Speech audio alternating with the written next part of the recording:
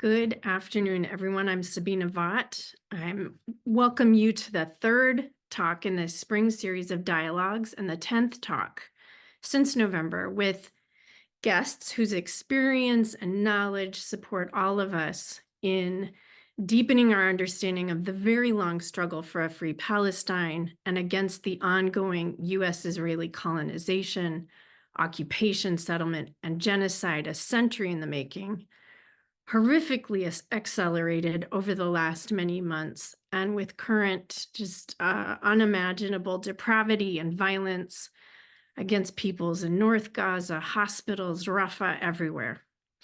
We're also here to do far more than deepen our understanding. We convene to learn how to make meaningful action, how to strengthen our ongoing action, and how to collectively build forward. Before we get started, many thank yous to my truly wonderful colleagues from the Center for Urban Education, Elon Dancy, Executive Director, Christy McGuire, Community Engagement Program Manager, and Emily Conklin, Center Administrator. They are all supporting this event in all the ways possible. So thank you to Caitlin Zerker for tech support and to our many friends and colleagues who helped to shape this series, everyone who helped to circulate the event widely, and all of you who are here today to learn with us. During the conversation, please send your questions via chat directly to me or place them in the Q&A. We designed these talks with you all in mind and want to incorporate your questions in the dialogue as we're able. Today, we focus on academic activism and repression, a topic that hits very close to home for many of us on this call. I'm so grateful to be welcoming scholar and organizer Dr. Loubna Qutami, and welcoming back scholar, activist, and personal inspiration, Dr. Dylan Rodríguez. Loubna Qutami is a postdoctoral research associate in Palestinian studies at Brown University and an assistant professor in the Department of Asian American Studies at the University of California, Los Angeles. Qutami's research examines transnational Palestinian youth movements after the 1993 Oslo Accords through the present. Her work is based on scholar, activist, ethnographic research methods. Dr. Qutami was a co-founder of the Palestinian Youth Movement and is currently a member of the Palestinian Feminist Collective.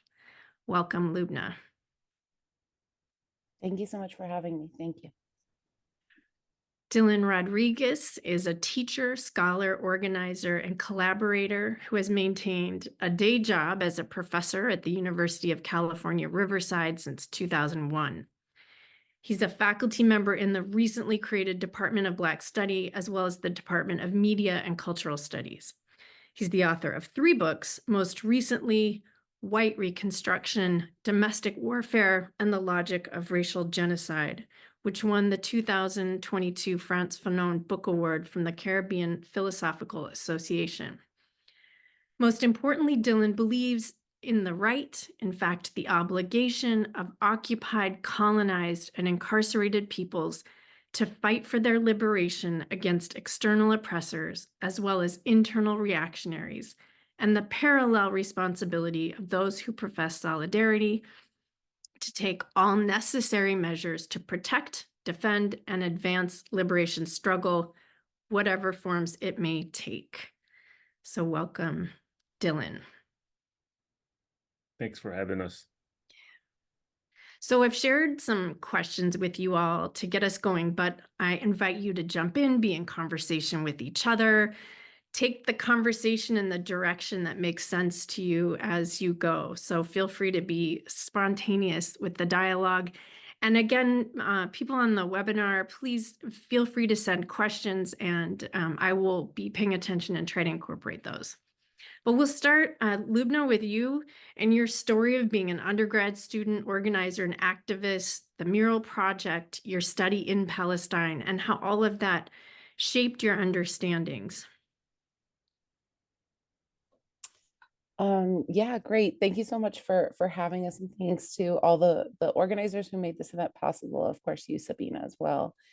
I always start off by being truthful about how I got to San Francisco State University. I didn't want to go to San Francisco State University, but my parents did not want me to move away. So that's why I went there. And I'm really grateful for the opportunity to have gone there. San Francisco State University was a place that my sister and my aunts had both gone. One of my aunts is joining us today, and had all been involved in the General Union of Palestine Students in the 80s, and my sister before me, before I had gone. It was one of those unique campuses that was the only campus that had retained a chapter of the General Union of Palestine Students after the 1993 Oslo Accords, which had dissolved so many of the Palestinian social syndicates and unions in the far diaspora. So it was that rare place that had an actual office and the name of an organization that had a long, radical living history for Palestinian organizing. And so in my early activism in GUPS, when I had first arrived to SF State, a lot of our work really revolved around, the anti-war movement. It was the Iraq and Afghanistan wartime. There, was really being politicized through the anti-war movement, being politicized simultaneously through changes happening to public education. So marches against fee hikes and budget cuts, against racist policing happening on campus against members of our Black faculty and students.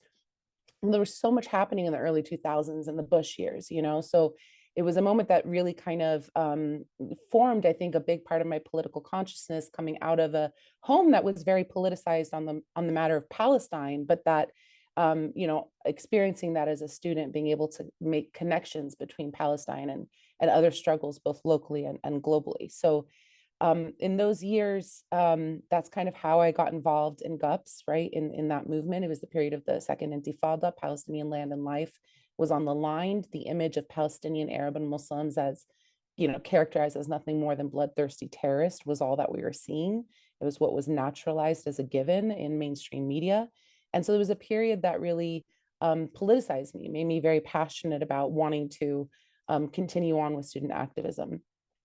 A few years into my experience with GUPS, it was sort of the dip that happened at 2005 period, after the anti-war movement was starting to wane, and it was also before the rise of BDS initiatives happening among student organizers, which really kind of takes off with Berkeley in 2010 and onward, right?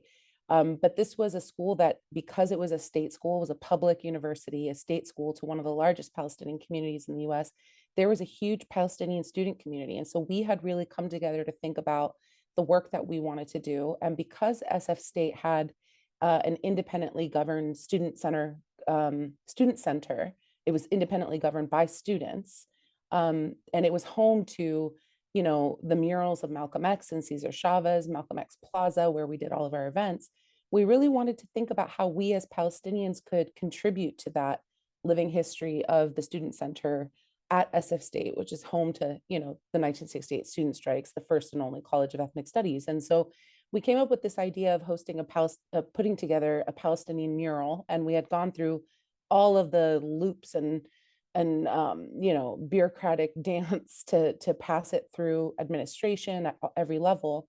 And eventually in early 2000 in late 2005, the president of the university basically said that our version of the mural was reproducing a culture of violence, and that it would, and then he put a moratorium on all murals. And so this is what kind of ignited a huge fight at the time between us and also all of our co-strugglers on campus and the Palestinian community against the SFSU administration. And the main thing that he argued was a character of anti-Semitism, a culture of violence, was a little boy by the name of Handala. It's a cartoon character drawn by Naji al-Ali, the famous Palestinian artist, who had drawn Handala as a character of a Palestinian 10-year-old boy who was displaced during the 1948 Nakba, who wears ragged clothing and spiky hair, and who basically has his back turned to the world, refusing to grow old, and refusing to look at the world who had turned its back on him as a Palestinian refugee who was expelled during the Nakba and who was never allowed to return. So this image was very important for us because it symbolizes that refugee experience. It symbolizes the fact that 70% of Palestinians actually live outside of our heartland, unable to return because of a settler colonial project. But there was a huge Zionist repression campaign, and the administration basically prohibited us from moving forward with the mural with that image on it. He was also in our mural. Handela was carrying a key, which symbolized the refugee right of return. So this turned into a like 3 year, 2.5 year fight with the SFSU administration, during which I had gone to study in Palestine for a while, and really come back from Palestine, feeling much more emboldened to put up that fight, because Palestine was not just the story of my family anymore, the story of my comrades in the far diaspora. It was also the very real material context of military occupation and imprisonment that I had been observing in Palestine while studying there. So, that was a big part of what kind of politicized me. And when we came back, we did end up inaugurating the mural. And painfully absent from the mural is Handela and the Key. But it is a mural that honors Edward Said, and holds a lot of other symbolism that represents Palestinian history, culture, heritage, steadfastness, community, and resilience. Thank you, Loubna. You're a captivating storyteller, first of all. Thank you. And that was an exquisite sort of history of, global warfare, of universities, of family, of being a student, of act. I mean, that was extraordinary. In a short period of time, I'm going to rewatch this and be studying how you think. So thank you for that. I also I want to say, as I was listening to you, for the students on the call, because I know we have students and students at the University of Pittsburgh, who feel frustrated, like they've made efforts and there are these, as you said, putting a moratorium on all murals. So this sort of way of getting around direct or explicit suppression and just suppressing everybody. And I know students are struggling, and so I appreciate that you shared that story and sort of the amount of time it took and what you all achieved through that commitment. So thank you for sharing that. I want to turn to Dylan and think about your experiences as a student activist in the early 50s, and how you began to understand. That was a joke, and Dylan didn't even smile. It was not in the early 50s. Anyway, how you began to understand the university's Zionism, the connection between and among different movements, the global movements, student movements, and the questions that sort of came to shape your lifetime of activism and scholarship. I mean, you were so deadpan, Sabina, that I thought you maybe actually thought I was that old. Hence, I was actually just what do you call it? I was glaring at you, not smiling or laughing. So first, I'm gonna say I'm always so full of joy and humility and emboldenment to be in a space with both of you. So thank you for inviting me. I really appreciate it. And especially with folks that came through that are here today. Like, thank you. Thanks for coming through. I take this privilege really seriously, to share some ideas and thoughts and experiences with you.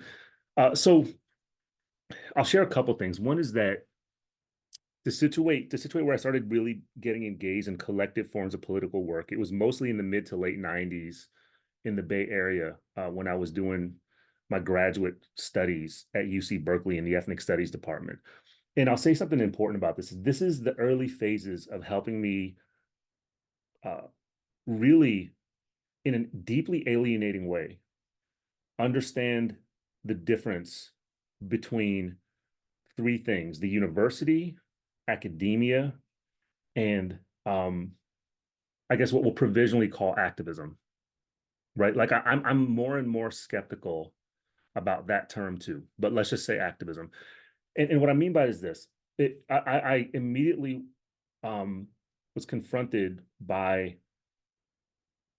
a kind of curriculum of bullshit from the academy that counseled against collective forms of political engagement, especially what they termed activism. And I say they, I'm talking about like the faculty in ethnic studies. It was just, it really fucked with me. Like it really was rough. And the constant discouragement from getting involved, with anything outside academic research and academic studies. So, and I was surrounded by people who were invested in this aspiration also, right? So I think this was the earliest lesson. I mean, it probably took 20 years to really learn this lesson, right? But it was the earliest lesson in helping me understand what academia is, which is academia is this kind of colonial aspirational thing that serves a kind of overarching logic of counterinsurgency by absorbing people who otherwise could be mobilized. And I'm talking about mobilized in terms of their ideas, in terms of their art, in terms of their pedagogy, in terms of their research, right? People who otherwise could be mobilized to make direct contributions to advancing various forms of liberation struggle, to instead become profoundly demobilized or maybe remobilized, redirected into the activities of the colonial aspirational thing called the academy, much of which has to do with trying to prove that you belong, right? So much of what was happening in ethnic studies at that time was about proving that it belonged in the academy, right? Which in some ways is oxymoronic. Okay, so there's that piece of it. Then I understood the university, right? That the university is, I mean, it's a very different kind of university than many other universities. The University of California, this giant public beast of a university, right? That in some ways acts very much like a public beast and otherwise is very much not a public institution at all. But it's an aggressively militarized policing institution. And Berkeley was nothing like the kind of mythology that surrounded it as being this place of like hippies and free speech movement and like where Panthers would just like roll up on campus and sell the Red Book. It was nothing like that. If anything, it was a haven of reactionaries, of liberal reactionaries, and of course, Zionists. So there's that, right? And then there's this thing we call activism. And the activism, the reason I say I'm skeptical toward it, this is my earliest kind of education in developing a healthy, critical perspective toward what we call activism, because I was in the Bay Area, which is dense with what eventually became known as the nonprofit industrial complex, right? This was my first encounter with the kind of structural and imaginary ways, like meaning in the realm of the imagination, the ways that nonprofit organizations and their analogs attempted to kind of hold movements hostage, discipline them, neutralize and domesticate the potential radicalism and wildness that would come out of them to turn them into forms of radicalism that could be legible primarily to the state, all right, and primarily to like state-facing type demands, usually reforms, and that kind of thing, right? But it was also it was also something that policed organizing strategies and tactics. It policed what could be said and voiced and not said and voiced. And I think most aggressively, it worked from certain sets of premises, which we can talk about later, right? But like so the Bay Area really taught me that, right? Like what is the field of activism? Well, the field of activism actually governed by all of these policing and disciplinary assumptions, as well as actual structures that are driven in many cases by liberal opportunists, right? So like one of the main adversaries that some of us had during this time was this guy named Van Jones, who, is now what he is, right? But during the 1990s, this was somebody, and I pick on him because I should, number one, right? But he's also exemplary. I would say he's not exceptional in the ways I'm talking about it, right? He actually is exemplary in the sense that he exemplified a kind of what I think was a relatively newer, refurbished model of political opportunism that was somewhat skillful, but also just brazen in expropriating the language, the symbols, and sometimes even the people power of historical revolutionary liberationist, anti-colonial, anti-apartheid, and radical movements, and repurposing them toward various forms of liberalism, but also repurposing them into things that would advance a career path. Right, like in the late 90s, I was convinced that Van Jones was going to at some point run for mayor of Oakland. And like, I vastly underestimated his ambitions, right? He was like way past that. Like he was Obama administration type stuff, and then CNN and all that stuff. But I'm saying this was exemplary. This was exemplary of a larger political logic. So that's part of what shaped that activism kind of network in the Bay Area.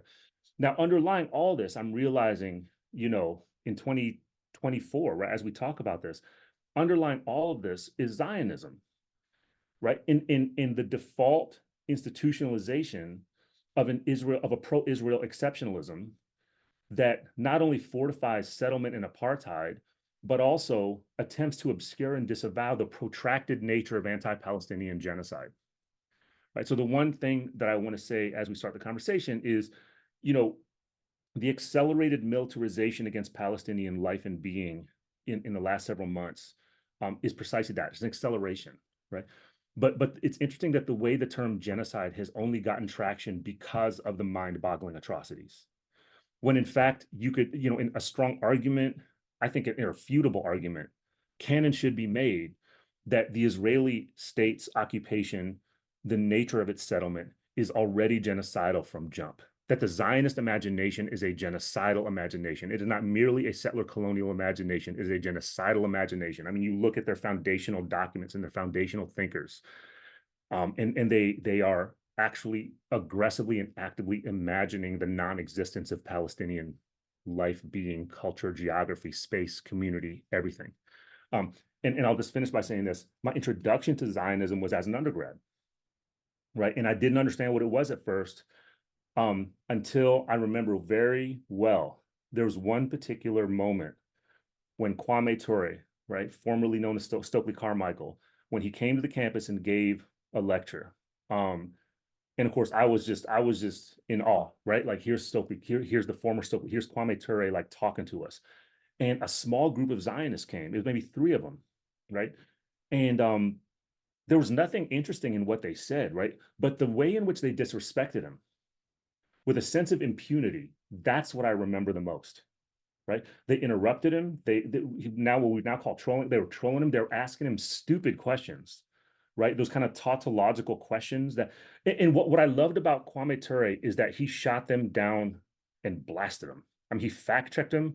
He even said, like, you might be able to tell those lies to these people here in this audience, but you can't tell me those lies. And he corrected them, right? So it taught me both things. Number one, it taught me about the sense of the institutionalized sense of impunity and aggressiveness that a Zionist presence tends to have at many different kinds of institutions, especially universities, right? Their sense of entitlement to do that kind of thing, to Kwame Ture of all people, right? If they'll do that to Kwame Ture, they don't give a fuck about the rest of us, right? We don't even register, but they show 3 of them. It was 3 of them.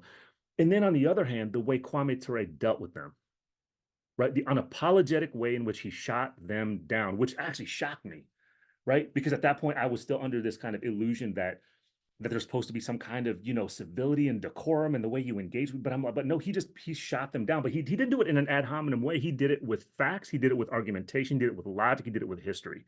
But he was brutal. And I say that in the most beautiful way, right? In a liberatory way. Like, he completely reduced them to nothing, which is exactly what needed to happen in that moment. So I learned a lesson from that as well. And I'll happy to elaborate about the political value of that form of liberatory aggression, because I think it's really critical in this moment. But I'll pause there. I know there's a lot more to answer in that question, but let me just pause there. Yeah. So I want to try to make a connection between part of what you said and our next cluster of questions. So the way in which you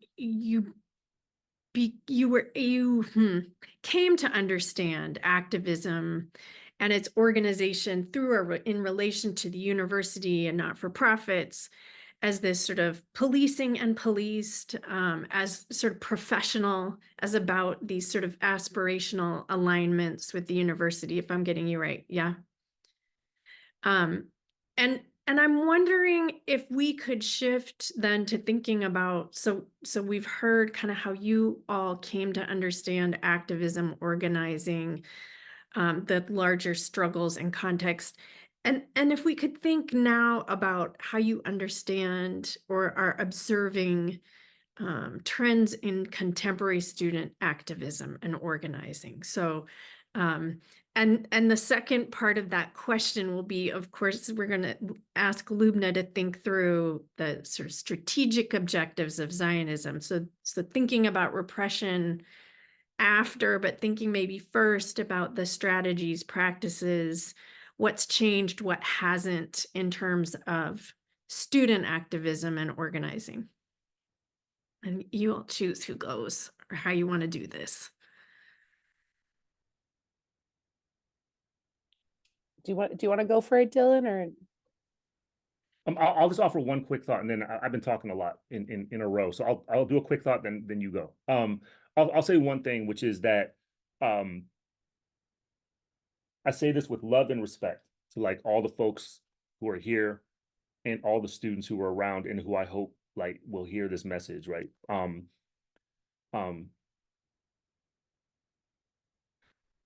I'll put on myself. I've made this wrong assumption, and it's like this old man assumption, okay? And I say old man on purpose. It's this old man assumption that somehow like the younger generation, organizers, activists, and so forth would like inherently be more radical and would challenge my whatever my like elder conservatism or liberalism, even worse, right? That they would like put me in check for the rest of my life. Like once I just turned 50 this past year, I'm still in denial about it, right? So like I'm like officially fucking old, you know what I mean?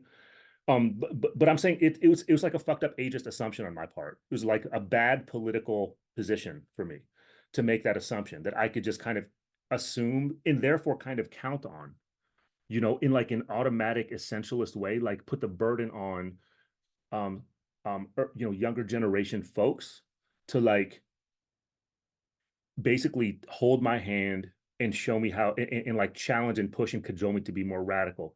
What I'm finding, especially since the rebellion period cresting during the hot summer 2020, right? What I'm finding is that in many ways it's actually the opposite. And by the way, I think this is the fault of the older generations. Okay. And what I'm finding it being the opposite is that it's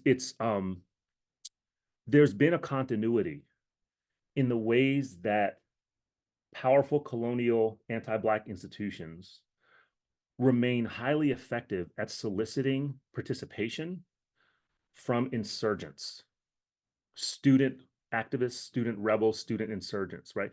These institutions have somehow been able to retain their credibility in extending invitations to Black students, to Native students, to sometimes every now and then, even moments like this, Palestinian students and pro-Palestinian students to participate in the bullshit bureaucratic task force, you know, town hall, rituals, theater, ceremonies that are entirely intended to neutralize mobilizations and to demobilize, right? Or to remobilize students into garbage.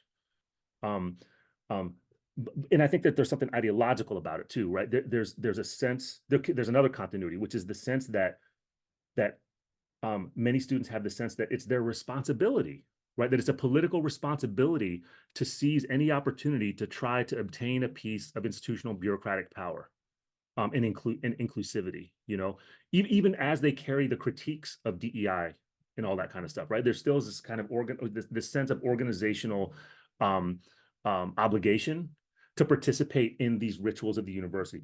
So I think it's on all of us across generations to explode that, right? So I think that is a really disturbing trend that for somehow I wrongly believed would just go away, right? I figure that like there's no way these institutions can have the credibility to successfully solicit student radicals or potential radicals into this garbage, but it happens all the fucking time, all the time, and it's like I hate it, I really do. Yeah, I mean, I think,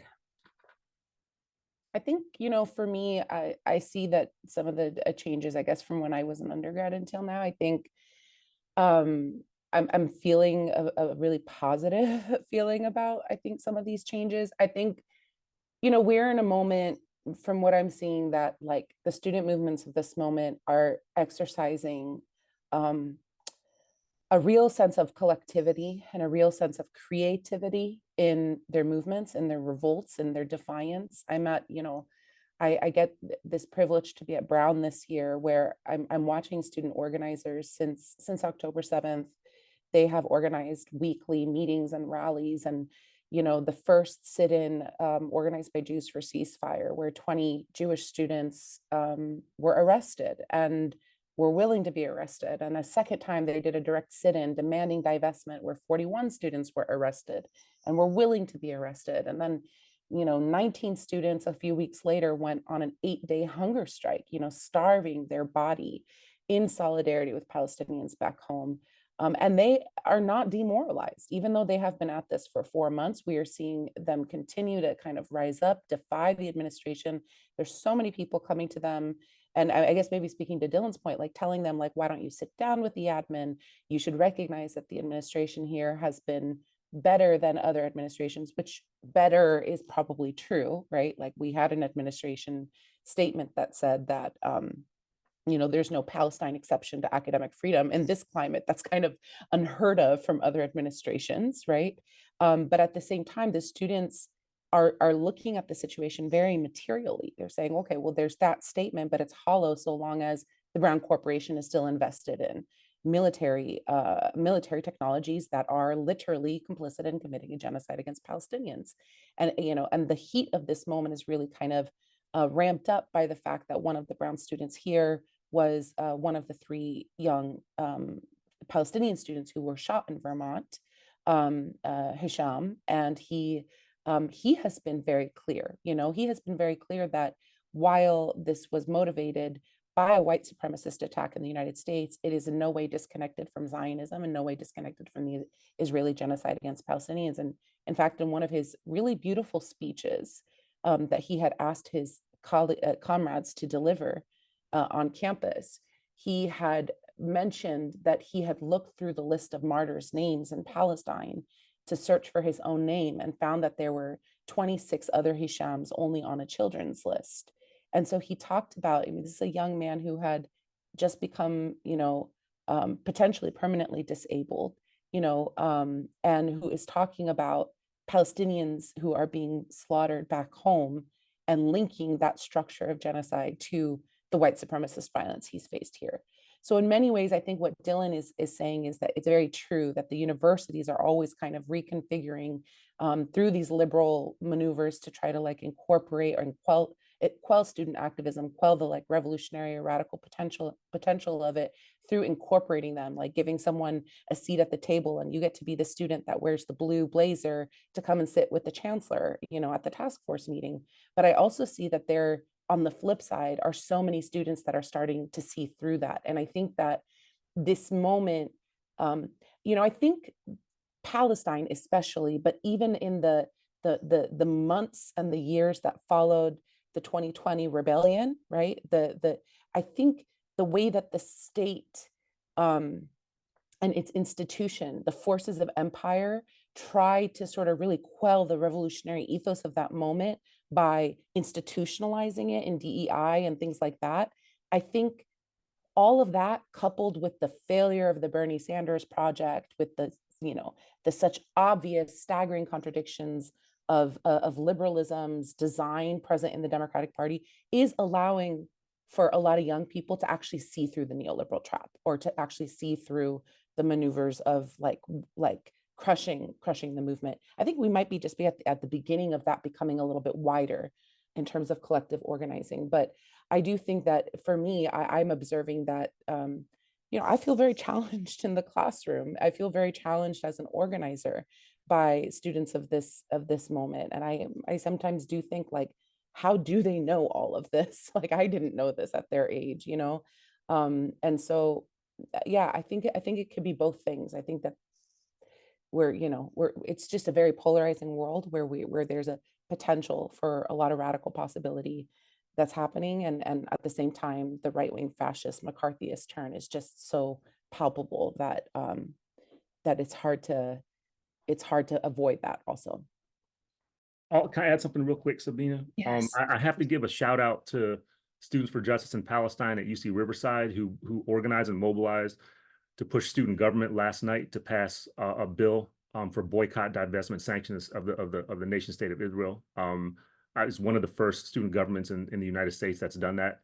And the reason I bring that up is not just to shout them out, but also to say, this is evidence, this is echoing your point, Loubna, this is evidence of how Zionism tells on itself, how it snitches itself out, how the cowardice and the bankruptcy of pro-Israel apologists shows itself all the time, and it reaches a limit, right? And it reaches a limit oftentimes in the kind of the silent refusal to engage with those who ask very earnest and simple questions, such as how and why can your institution support this, right? And I'm saying, like, I have to always bite my tongue because people ask that question with a seriousness and an earnestness that like the institution doesn't deserve. You know what I'm saying? Because it's an Israel apologist apparatus, whether it's the UC, whether it's Brown in terms of the board, like the people who like make these are people who are constantly in a position of, but they're apologists quietly, right? They're accustomed to not having to actually justify the position. So when I talk about the cowardice and the intellectual and political bankruptcy of that position, as it reveals itself in particular moments, what you see then is a kind of impatience. And this actually activates people, oftentimes, from being essentially default liberals who believe in the ability of the institution to correct itself, to then recognizing the foundational fraud of these institutions because they are in with defending and advancing the Israeli colonial apartheid genocidal nation state from jump, right? So you have to take a position of opposition to this. And so, you know, boycott, divestment becomes a bare minimum standard for this, right? So this is only going to activate more stuff. And as you all are talking it, I want to share something that's gone on at Pitt. And if students are on the call who want to elaborate or tell the story better, please, chime in the chat or the Q&A. But, a group of students got together in the School of Education, undergrads, grads, bunch of students, and wrote a letter to the leadership of the school saying, hey, we want all these things. Here's our list of demands. And they were really, I think to your point, Dylan, really sincere and really about programmatic building, intellectual building, curriculum building.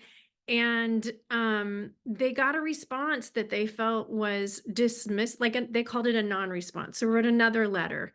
And that other letter, called for the interim dean's resignation, sort of used her own scholarship to talk about why they thought certain actions should be taken. And I'm giving the very abridged version of all of this. But the response of many faculty and faculty of color in the school was, well, this is terrible because she's a Black woman dean and they're going after a Black woman dean. And so this is anti-Black. And so that incorporation, so there's like the doubling down, the neoliberalism, the sort of positioning, creating false oppositions, all against students who were asking actually for really phenomenal resources for the School of Ed. So they weren't, asking to blow it up or break it down. They were actually asking to build. And so I want to share that as an example of that sort of sincere effort to organize, to build. And I think to your point, Dylan, that maybe, the school didn't deserve, but it was a sincere effort toward something. And the response is, oh, you're anti-Black and this is terrible. And there should be some sort of punitive action.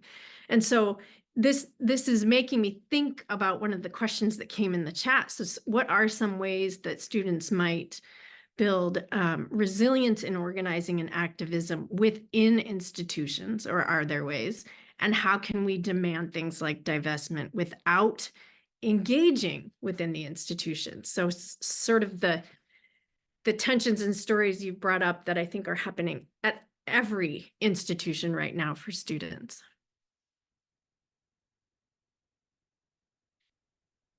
And I don't know if you want to address the question now, or we can hold that question, the chat question, till later. Yeah, is this for me to go first? Sure. Yeah, I mean, I think it's really okay. I think it's really important. There's something about what Palestine is bringing up that reveals something specific to Palestine on the one hand, but it's unearthing something that's actually relevant to all of our communities and all struggles against colonialism, capitalism, racism, patriarchy, imperialism, all the different isms, right? I think that, on the one hand, one of the things that maybe makes the Palestine question seem exceptional or seem like it's not it's specifically about Palestine and the Palestinians, or it's being treated with so much intentionality and carefulness because people are afraid to take a position, is the lengths to which Zionism goes to exceptionalize itself. Zionism as an ideology and Zionists as those who are upholding that ideology. Zionism is not reflective of white supremacy. Zionism is white supremacy. Okay, this is something that I think is really important. Zionism was the answer from Europe to the Jewish question. It was to grant space for Jewish people to become a part of a white supremacist project, as opposed to repairing the harm that white supremacy had cast upon Jewish people in Europe.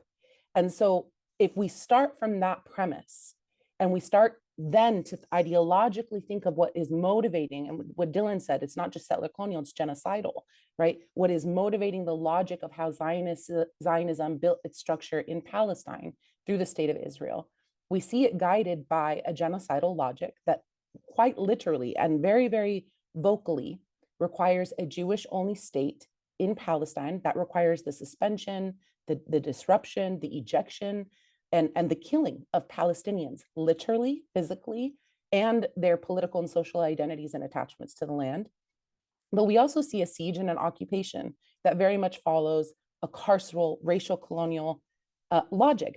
I've learned about these things from Dylan, who's actually my mentor, right? We've been in conversation about this so much, about how in the academy, there was a moment in time where people kept pitting this settler colonialism framework and racial colonialism or white supremacist or racist state violence framework or carceral framework as oppositional to one another, where one required genocide and the other required exploitation.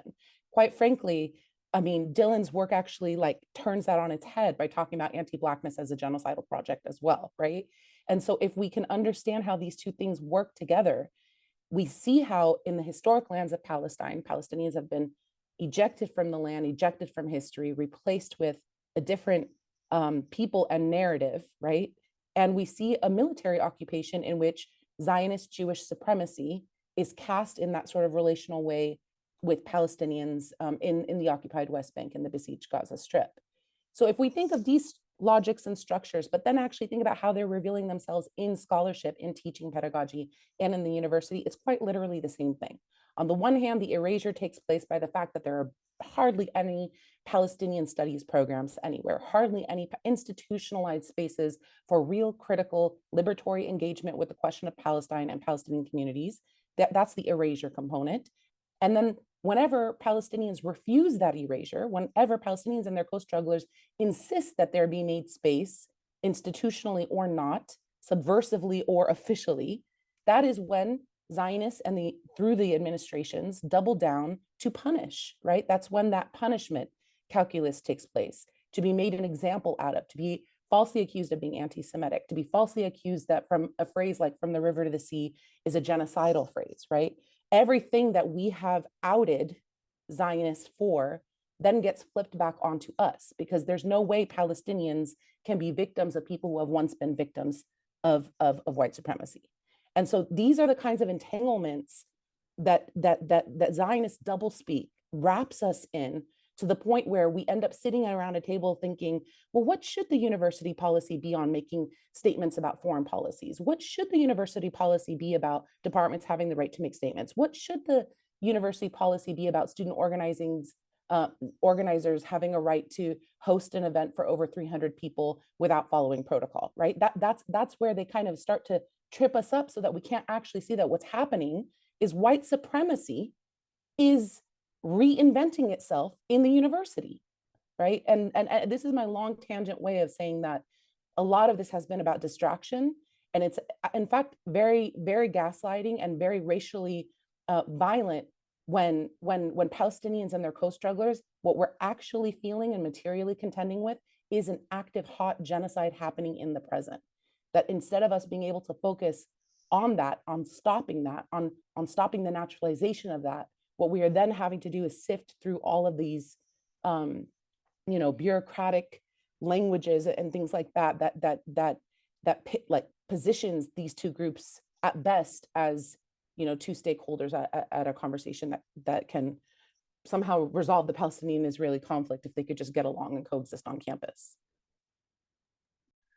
And just to add to what Loubna said about the analytical and political importance of understanding that Zionism is not simply a reflection of white supremacy, but that it is white supremacy. It's kind of one of the origin points, ideologically and epistemically, of the aspirational genocidal structure of white supremacy. Like I think about white supremacy as an aspirational apparatus, right? Just like I do in some ways parallel to the academy.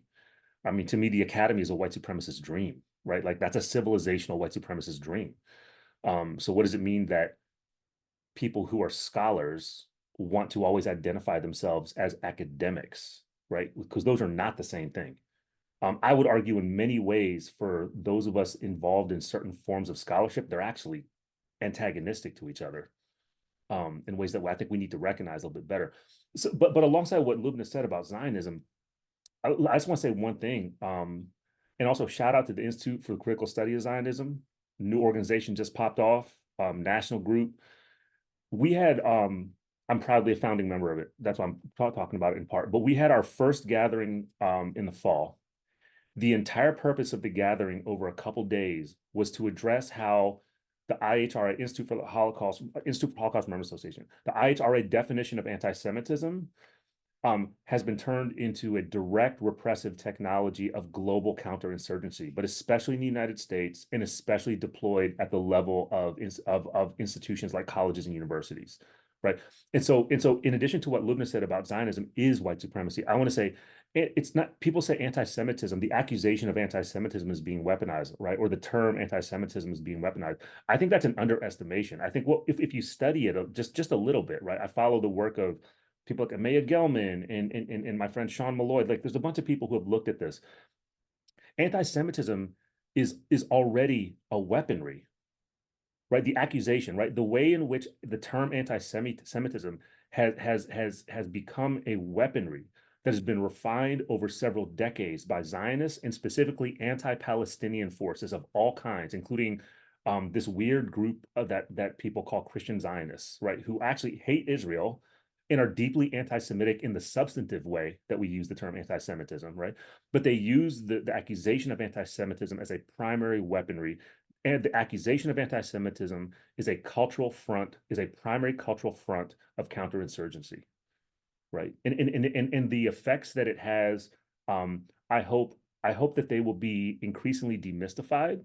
But I do think that there needs to be another kind of counterattack against this thing that understands it for what it is, that understands the anti-Semitism accusation as just it's a discursive, it's a rhetorical apparatus that's been refined over years, that's used by the Anti-Defamation League, the IHRA. They issue marching orders to administrations of all these institutions, especially universities and colleges, and they go there. It's a kind of brittle but still highly effective canonical weapon, which means that I think it can actually be taken apart. Right. And hopefully we're in that kind of moment, but I don't think it's going to happen on its own. I think we need to aggressively attack the anti-Semitism accusation as a counterinsurgent repressive weaponry. Dylan, could you say the name of the institute again? Christy's trying to find a link to drop in the chat for people. Oh, that's cool. I'll put a link. I have it pretty handy. Okay. It's called IRA. People call it IRA. I'll put it up right now. Okay. Are there other, Dylan, so we were sort of on third part of that question, and I don't know if there are other sort of dimensions of the university that you want to talk about before we shift a little bit in relation to this conversation. I mean, I can go on with this, but I'll say one particular thing, which is that in terms of what the university and what university administrators do, this thing that you mentioned earlier about the kind of multiculturalist hiring approach or kind of appointment approach that everything from the military to police departments to university administrations have adopted in the last couple decades. It remains, I think, stunning to me how blatant the kind of liberal identity politics are that are mobilized in defense of people who are actually doing colonial anti-Black shit, right? I mean, I got a little bit of this from some colleagues, who didn't like the way I framed the Claudine Gay thing, right? Because I was saying like all university presidents and chancellors are chiefs of the chief of police, right? They actually exercise police power. They might be nice people, like that's not the point, right? That they are inhabiting an administrative position in a kind of governing and policing apparatus that part, I don't think that's refutable, right? So I think that the liberalism of the identity politics that is seeped into the kind of virtue signaling of administrative hiring apparatuses, we need help to really take this down, because administrators know that they can kind of hide behind that as a form of liberal political shield to kind of shame people with particular accusations, whether it's oh, you're being sexist for criticizing a white woman chancellor, right? You're anti-Black for criticizing a Black dean who's doing anti-Black colonial stuff, right? I mean, this is the world we are currently inhabiting. So I think that the dangerousness of that is something that is not to be underestimated either, right? Because I think it has like long consequences, way beyond the kind of annoyance of the moment, has long consequences, because what it ends up being, it's a kind of defense apparatus, right? It's a defense apparatus for a repressive and counterinsurgent machine. And I think there's a shift, and maybe you're not seeing this. I'd be curious, but I experienced a shift from when maybe 10 years ago, even liberal colleagues wanted to be listening to students. If there were demands and there were sit-ins and there were takeovers, there wanted to be at least the appearance of listening. And now the reaction is like super punitive right away, and sort of looking for how they are being systematically, and structurally horrible. And that is and that may just be sort of anecdotal, but it's notable to me, sort of that the same people are moving to want to be on the side of the administration. Yeah, this kind of liberal identity politics is a powerful fucking drug. So like, how do we ruin that aspiration? That's me. Like, I'm all for destructivity. And I think we need to like embrace a program of destroying certain forms of iconography and virtue signaling and identity politics. And like, look, I love my identity. I'm not saying that. You know what I'm saying? Like, I love my identity on so many levels. I also am like constantly accepting righteous, principled critiques of the ways in which I try to hold on to my identity and maybe even assert my identity that might be kind of fucked up. Right. I get it from my kids. You know what I'm saying? I get it from everybody around me, not just academic types. That's how it's supposed to be in the world. Right. That's how identities are supposed to actually operate in the world. They're not supposed to be ironclad, unassailable positions that like insulate you from criticism. That's the opposite. Right. And that shit is actually dehumanizing. Right. If you have access to humanity in the first place. Right. I'll say it's deeply colonial. It's actually deeply anti-Black. Right. It's deeply chattel, not even carceral. It's deeply chattel. The way it's there's this kind of bizarre way that this is operated, and I actually think this is the thing that those of us who want to identify with an abolitionist politics, we need to abolish that shit too. Not too centrally. I want to make a plug for a film I saw, that The Hour of Our Liberation, which is about the resistance revolutionary movement in Oman. And there are these scenes you're reminding me of where it's young people sitting in a circle, and then teachers sit in a circle, and then people shift circles. And part of the practice of the circle is I criticize myself, I criticize that group, and then the criticism has to move. It has to like be forwarded and acted on, and it's this like very invitational criticism. And I think, you know, it's the opposite of what you're describing that is happening now. Anyway, tangent, but this is a fantastic film if people get a chance to see it, from the 1974 maybe, but redone. All right. I wonder if we could shift, and Loubna, you want to start us off thinking about attacks on university educators. So I think we've focused on students and student mobilizing, but it's sort of shifting explicitly to thinking about educators and what you're seeing faculty do that's effective in terms of pedagogy. You just published a piece that I think Christy's going to drop in the chat. And it's fantastic. I read it quickly because it just came out, so I'm going to read it again, but we'll drop it in here so everyone can access it. But thinking about pedagogy, thinking about organizing, you know, sort of what are you observing happening, and what are you thinking about in terms of moving forward? Yeah, I kind of want to just make a comment on the previous question that I think will lead into this one. It's not actually on that previous question, but just Dylan, as I were speaking, I was thinking about just very basic like framework when I was quite young in university, was introduced to by a friend of mine. It's the 4 I's of repression. You probably have all heard it: the ideological, institutional, interpersonal, and internalized. And I thought that that was such a great framework. And I still use it actually for teaching undergrads, in terms of like really being able to think about how these things operate distinctly, but overlap and kind of form a system of oppression, right?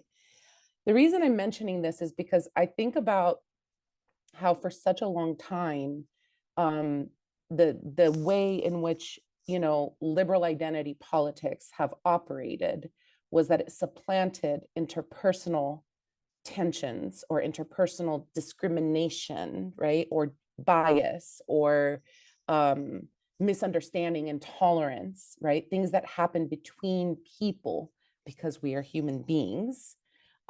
It mistakes it for the structural and the ideological and the capacious intentionality of coloniality and white supremacy.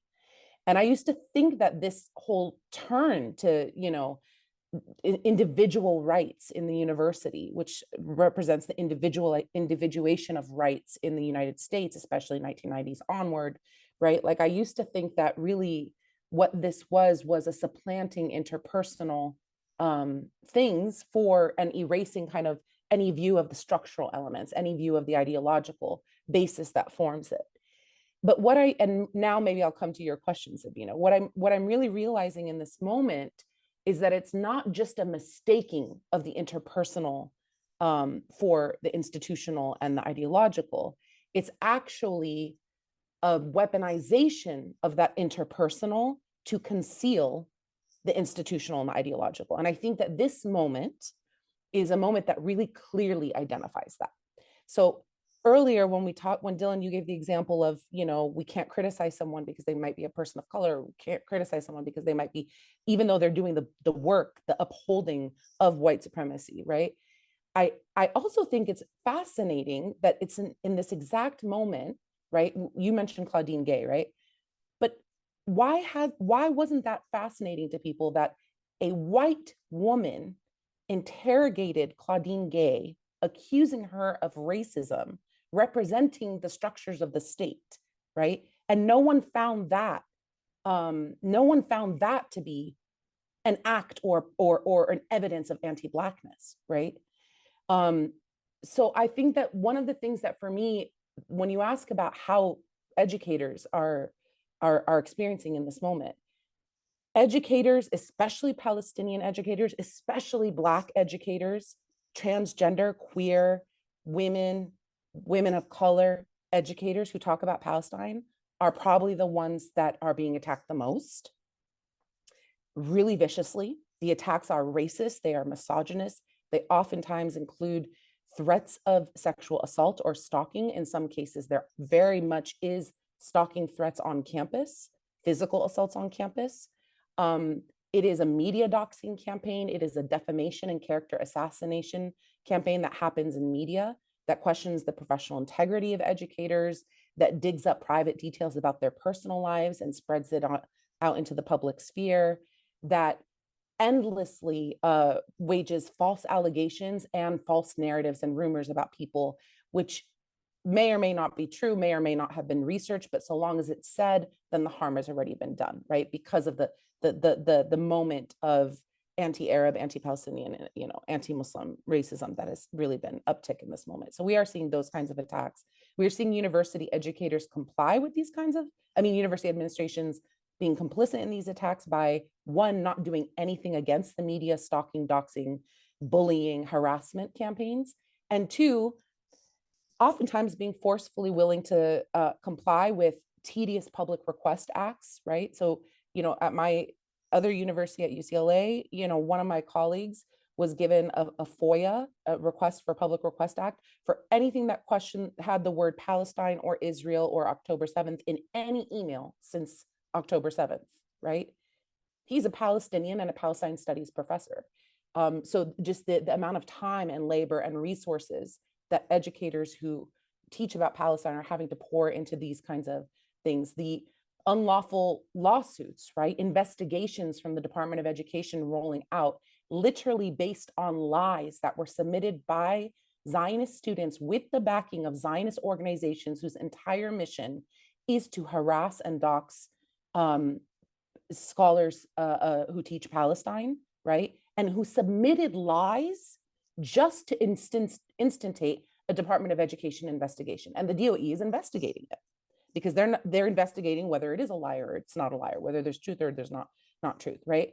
So the amount of time and resources the threats of being fired, the suspensions, the leaves, the investigations, the lawsuits, it has been the case for a very long time. It has grown tremendously in the last 10 years as Palestine has gained ground in universities across this country, and as BDS campaigns have grown, as the Palestine Solidarity Movement has grown. And in the last 4 months, we have seen really the most egregious period of time for it. Palestine legals facing, I think they've had like a 400 or 500% of increase of cases that they've had. But anyways, I just mention all this to talk about how like the attacks are really intensifying, but the irony of how the attacks are intensifying is that it is structures of the state, people who have long been understood as being the backbone architects of white supremacist state violence, of colonial violence, of imperialist violence across the third world, weapons manufacturers, warmongers, are the ones that are literally having the audacity to accuse, right, ethnic studies educators, to accuse liberation pedagogy educators of discrimination and anti-Semitism and racism. So it's not just a mistaking of the interpersonal for the ideological and the structural, but it's actually a weaponization of it.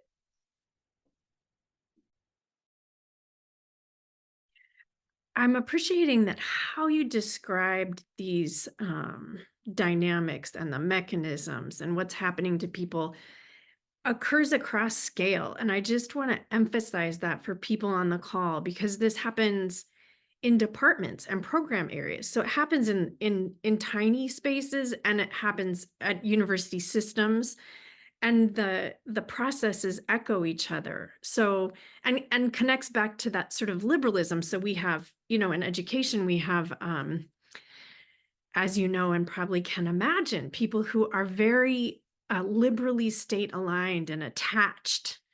And so this is a moment when the threats they've been feeling to their like liberal identity and location are actionable for them. And they're doing that in these small spaces. So what you're describing, sort of the massive structural violence, I think echoes across scale in ways that sometimes I'm understanding from people they're having a hard time proving it. Like, what's the evidence for this? Because there's no overt um, attachment to something they've taught or said around Palestine, but it's eminently clear that's what's being used and acted on. So I think, again, I just really appreciate how you described the dynamics at play, and that we can see that almost as like a rubric to understand our experiences across scale. Dylan, did you want to jump in? Yeah, I'm going to say something too, which is that these bureaucratic systems of investigation, right? They're exactly that.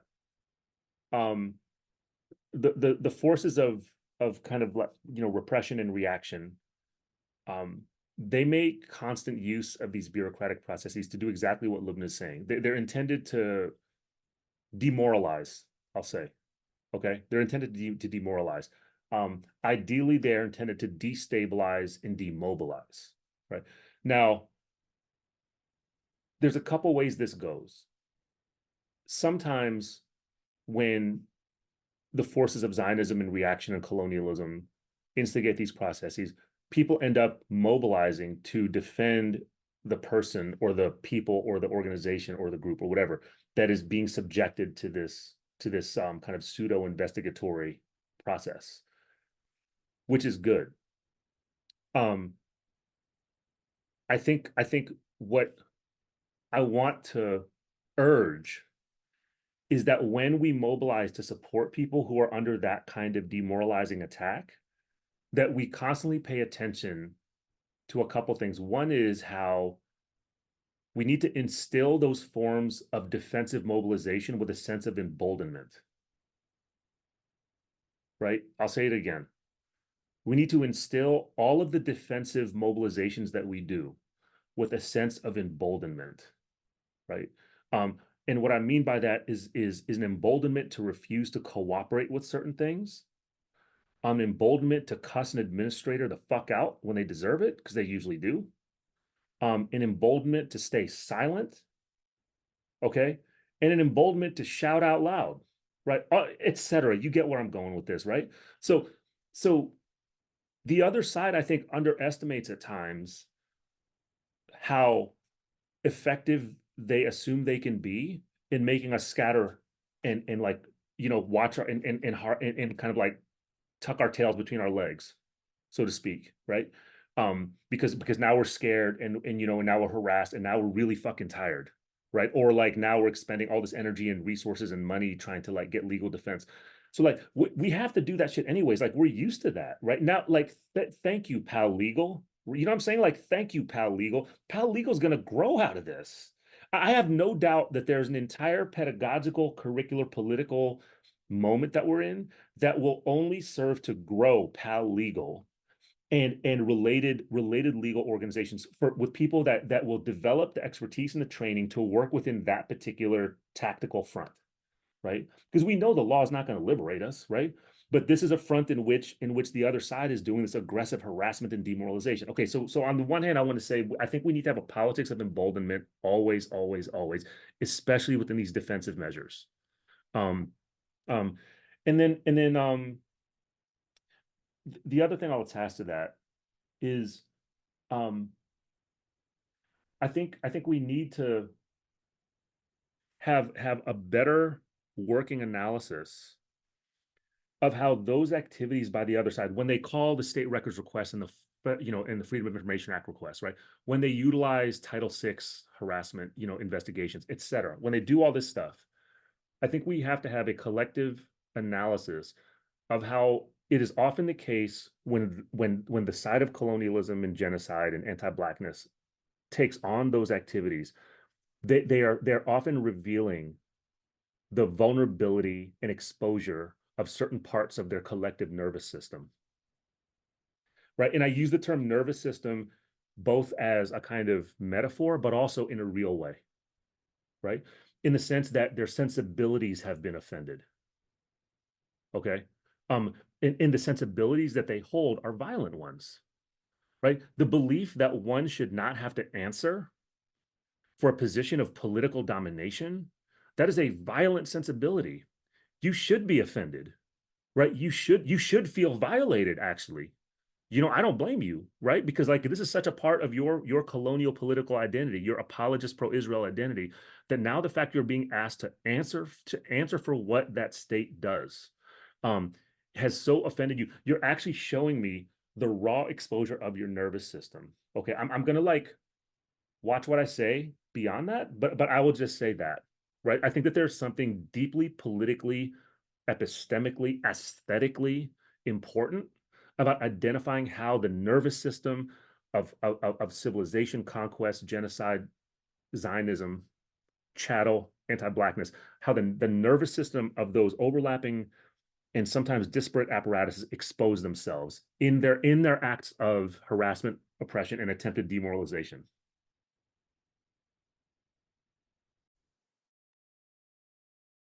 Yeah, absolutely. Loubna, do you want to follow up on that, or do you want me to go to the next question?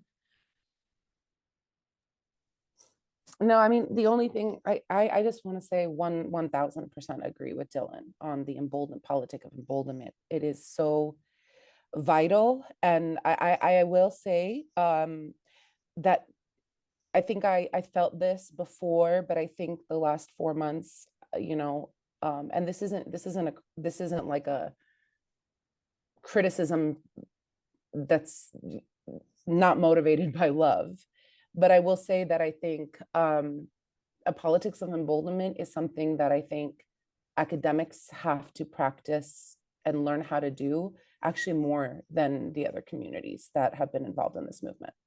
I've seen the politics of emboldenment come from the feminist movements on the streets and from student movements, from youth movements. I've seen it coming from so many of just everyday aunties and uncles who are moved through this emboldenment by the level of catastrophe they're seeing in Gaza, and by the sense that whatever they will lose through speaking out, it doesn't matter because it can't nearly be as much as what our people are losing back home. I think academics are the ones who the last 4 months have proven to be very cautious, and we've seen hundreds of people across campuses, across this country really get involved in Faculty for Justice in Palestine, really get involved in writing letters and statements and stuff, but they're still doing the thing of like, maybe we use this word instead of this word, and maybe we consult the policies before we do that rally, and maybe we should talk to the students and warn them. And the thing is, I understand that it comes from a place of intention where there's caution that is very necessary because of the type of material repression we're under. But what folks who are doing that don't realize is that this is a way that you are also imposing the anxieties that you're feeling internally onto other people who can't bear to shoulder your anxieties right now, right? They just need the sense that there is support, that there is camaraderie, that there are people who have their backs to be able to fight, to be able to pull from, every ounce of courage that we can muster up in this moment to sustain this struggle. The only other thing that I would say is that the stuff around that Dylan said also about, the stuff that you said about the nervous system, about the sensibilities being offended. I just want to say I 100% agree. And I think that the world agrees. Like, I hear conversations amongst people who have never been in the Palestine movement in coffee shops, or conversations with my Uber drivers, or conversations, at the bus station just down the street from my house. And I hear people talking about the way that the Israel lobby is moving reminds them of the Karens and the Kevins that call the cops, or the Karens that cry, right? Those anxieties, those sensibilities of, doing all of the things that white supremacists do when they feel that their existence, that their space is under attack or being taken from them, when they feel that there is a reordering of the world around them, and the way that they'll double down to really just prove that they're the victim and restore the power relation. We're seeing that. And I think that the whole world sees that the way that it's happening. Twitter is talking about it. When there was the comparison about the first Palestine National March that happened in DC, where, we talked about the Palestine organizers reported that the numbers who had gone to that march were about 300,000. An architect who had drone footage of the march basically said, based on my geographic information systems analysis, the number was actually closer to 700,000.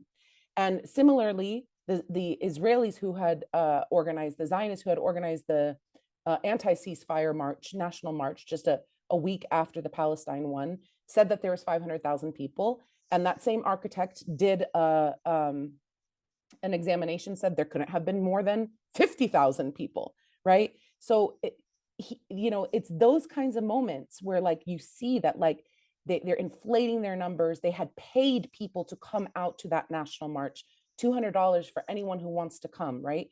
Whereas Palestinians and their co-strugglers are pulling from every reserve we can possibly find, because it's really a cause motivated by the heart and by the soul. And so I think that the difference of how people are understanding the struggle, they understand that this is power trying to conceal itself, and power trying to play the victim, and that it very much is reminiscent of the other moments that actors, whether individuals or states or institutions, were trembling with fear and approached the situation in similar ways. Sorry, I'm speaking for a long time. No, we want you to speak for a long time. I don't know if you all see all the floating emojis. I'm not sure what they're called, but all the claps and hearts throughout this. Yeah, I can't lie. I like talk about emboldenment. Like when I see those floating emojis, like I get egged on to like go even farther, to the point where I'm probably going to do something illegal. I think I'm that's sort of a perfect segue, Loubna, to my next question. And this really is a question coming out of it. Tension that I feel or observe, and I'm curious to know how you all make sense of it or think about it. And that is, I think, to your point, Loubna, the world is moving in a direction and has people and peoples have engaged in political education that all of us have access to in different ways. And these are tremendous efforts under sort of extraordinary circumstances. And there's been the long haul of the struggle, the BDS movement. So there's all this effort toward political education and action. And I think it's exciting that students are having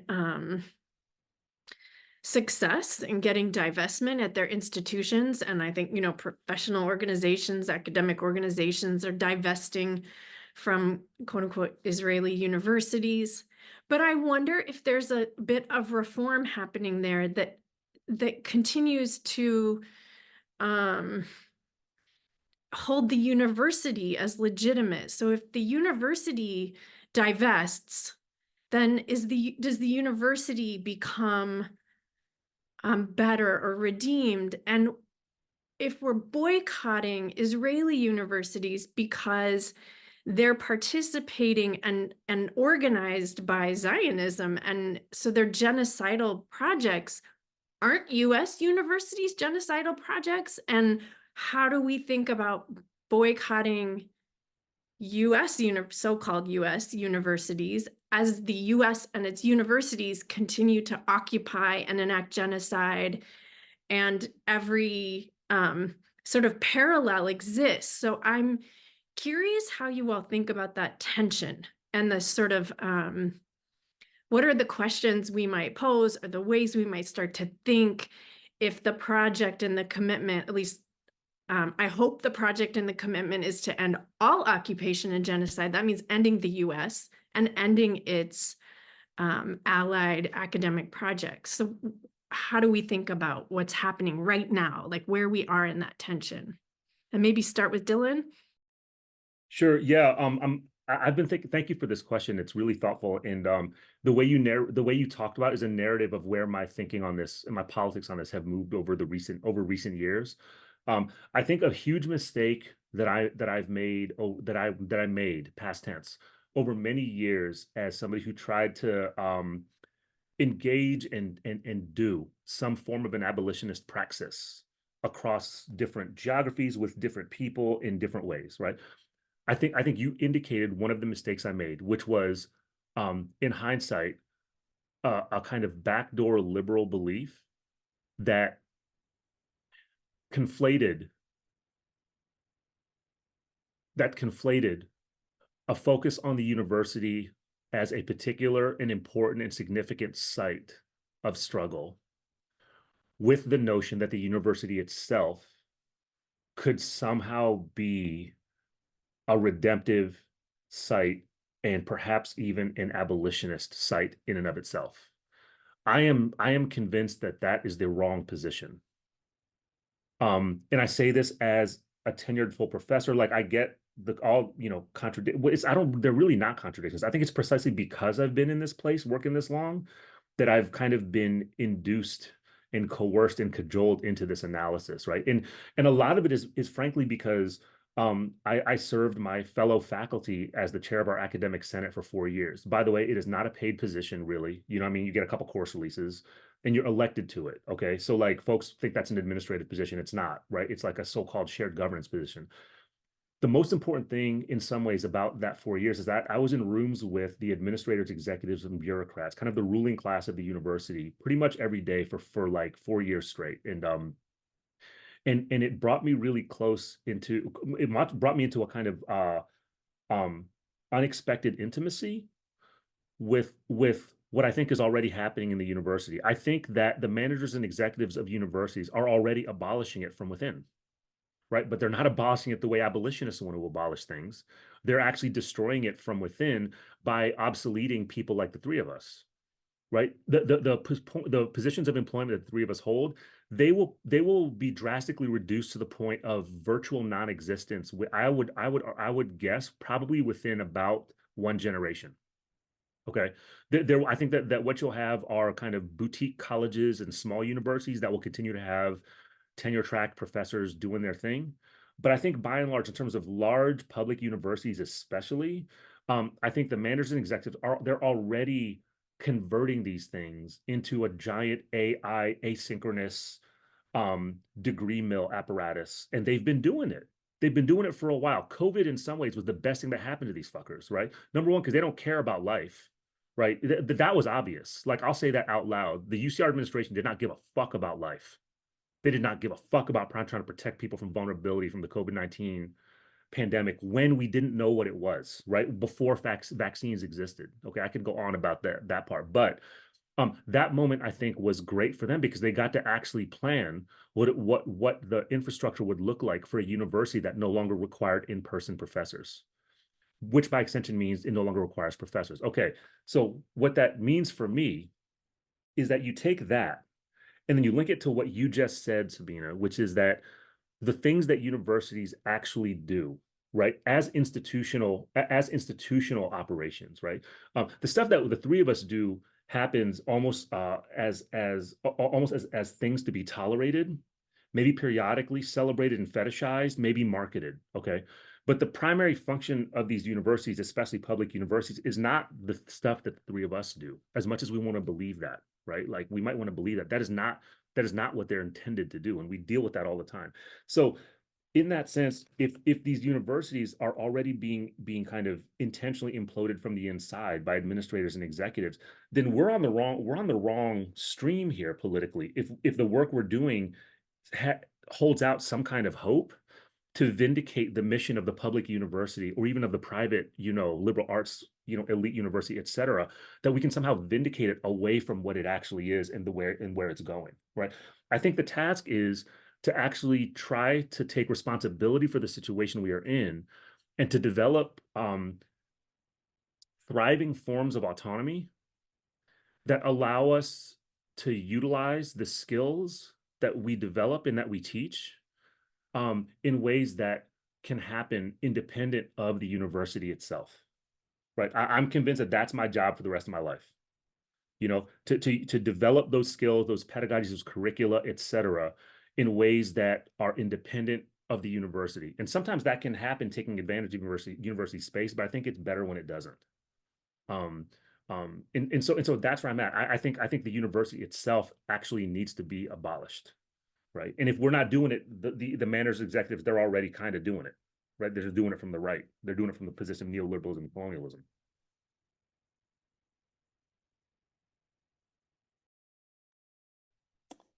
Yeah, I mean, I just would add, you know, I think my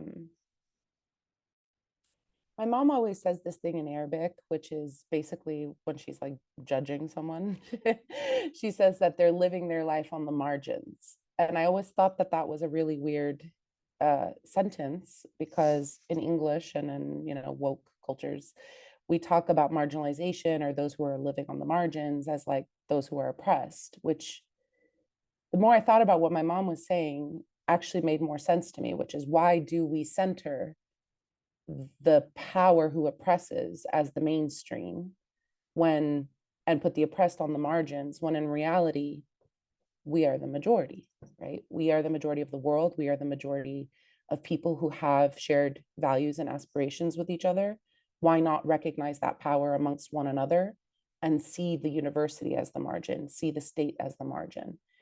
So for me, I think, you know, around this conversation around what's salvageable or redeemable within the university, or what should be abolished, should it all be torn down, and should we, you know, I think, you know, Dylan has like really clear instincts and insights on that. And I think I'm still kind of forming mine, and share some of them in that piece that you shared in the text. But I think in the meantime, the site of the battle for power at the university, the thing that's most generative that can come out of that is not the goal of trying to get marginal power, which is the state power, the university power, to be on our side, but it's about actually the social transformation that happens amongst the communities doing the fighting, the community being built amongst those doing the fighting, the consciousness raised amongst those doing the fighting, the decentering of the United States in the Palestine case, the decentering of the US as the center of gravity, right? That opens up an entire consciousness around imperialism and whiteness and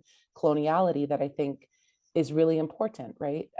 So I think, you know, for a lot of people, the objective is to get official de jure state power of the official mainstream on the side of the Palestinians. And I think for many Palestinians, that is a goal, because there is a desperate fight for life, right? And a desperate need to achieve an immediate ceasefire and to stop bombardment. But I also think that even beyond that, if people aren't convinced by that is even possible, that those forces could ever truly be on our side, the fight itself is emboldening. Going back to what Dylan said earlier, it's the politics of emboldening an imagination and a community of a different kind of university, a different kind of world. And I think without having that fight, I mean, what is there to do? Go home and cry and be cynical and depressed about the world that we live in and not want to live it. So I think that like that is where the creativity and the joy and the community exist. It exists in resistance. It exists in the attempt to force power to concede, you know? So that's how I sort of think of it.